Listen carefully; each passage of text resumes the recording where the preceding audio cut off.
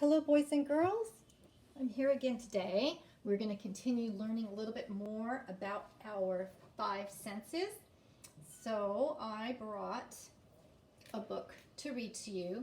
It's one of my favorite stories. It's called Forest Friends, Five Senses.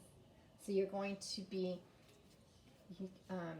listening to the story, and it's got some beautiful illustrations in it. And we're going to be learning more about all of our five senses. So hopefully this is in the order that it was, because the book kind of fell apart. So hopefully it's all in the right order when I taped it back together. And I'm going to read, and then I will hold up the pictures for you. Okay, it says, at night, the forest friends like to sit around a campfire and tell stories. Who has a story about one of the five senses? Asks Boar. So let me see if I can get all the beautiful pictures in here for you to see. All of these are taking place at nighttime. And you can kind of see all the stars and everything in the sky. It's really beautiful pictures. And all the animals around. I do, says Hawk. I was flying with my friends, and we were racing to see who was the fastest. But I couldn't see very well, and I bumped into the side of a mountain. So here he is going, and then he bumped into the side of a mountain. That doesn't look like it would be very fun to do. Look at his beak. Uh-oh. My friends took me to Owl, the doctor, who gave me a Band-Aid and this great pair of glasses. I wear glasses too. Now I can see perfectly. Make sure I can get all the picture in. I hope you're seeing it, because it's beautiful, beautiful pictures. Those are some big glasses. I got a story too, says Rabbit. I was playing in the woods with my friends when I got lost. So here he is on this side, playing with his friends. Have you ever gotten lost? When I was little, I got lost in the store. I was supposed to be right by my mom, but they lost me.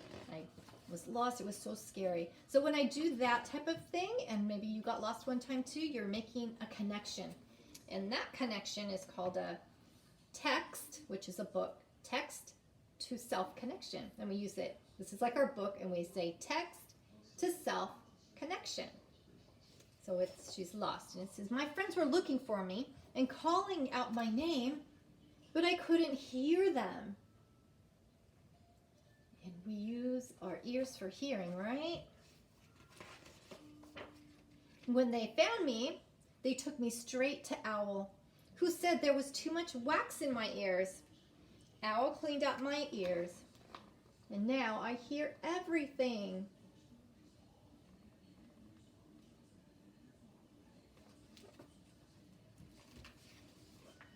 Here's my story, says Bear. There is nothing as good as the taste of honey, especially when it's fresh from a beehive. I hope you can see all of this. But Bee got upset when I took her honey, and she stung me right on my tongue.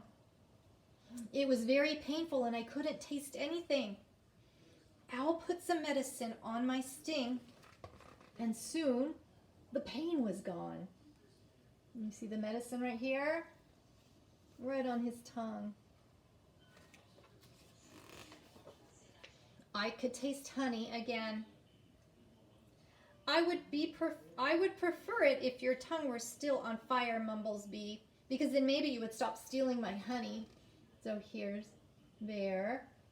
And the bee doesn't want him to take his honey. I'll tell you a smelly story, says Skunk. I was playing with a friend, and she accidentally sprayed me with her scent. So that's what skunks do. It's their scent that they spray when they get kind of scared. But I had a stuffy nose, and I couldn't smell anything. So here's the first picture. And his friend sprayed him, got sprayed. But he had a stuffy nose, so he couldn't smell it. So sometimes if you ever get a cold and your nose is all stuffed up, you can't smell things. So that was a good thing for him. Nobody wanted to be near me that day, but he still got sprayed with the skunk, and so he still smelled to everyone else. He just couldn't smell himself. So they all stay far away from him. Let me see why I like this story. That's so funny. Owl gave me some syrup for my cold. It didn't taste too bad and it cleared up my stuffy nose. Now that I can smell again, I know it's time to take a bath.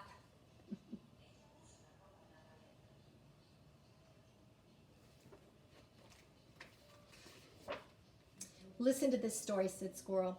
I was chasing my friends in the trees, and I noticed one tree was really prickly until it was too late. So if you look at the picture, on this branch right here are little thistles, and they're really sticky. And he got hurt by touching one of them. You see the picture? Ouch. That hurts. Owl used tweezers to remove the splinters.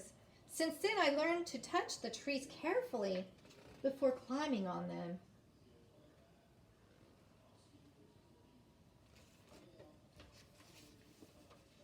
And now it's late, says Owl. It's time to let our senses rest. Good night. Hopefully you can see that. Okay, so I wanted to show you a few things that I brought, and I want you to tell me what you think is the sense that I brought. So I brought some bells. So thumbs up and you show me. Can you see the bell? Yes, put your thumb up. You can see it. I can see it. Can you touch the bell? You can't, but I can, so I can touch the bell. Can you hear the bell? I can even hear it.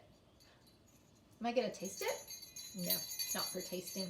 So we use some of our senses sometimes, but not all of them. I brought something else. This is my perfume. It smells so good. So think about what sense you would use to find out about the perfume. Can I touch it? Thumbs up, yes, and this means no. Can I smell it? Yes. Can I hear it? It's not making any noise. So I can use some of my senses for that too. Okay, I brought something that, that's an apple. Looks so good. Okay, thumbs up or down. Can I taste it? Can I see it? I can see it with my eyes. Can I touch it? Yeah, I can touch it. Can I hear it?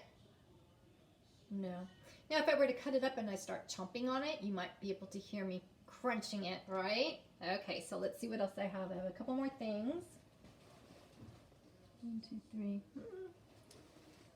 I brought a pillow. And I know it's fall, so it's one of my fall pillows, and it's really soft. Okay, so let's see. Can I taste it? Put your thumb down. I'm not going to taste it. Can I hear it? It's not making any sound at all. Can I touch it? If you touch it, it is so soft. I want to go and take a nap right now. It's very soft. Very soft. So there are lots of things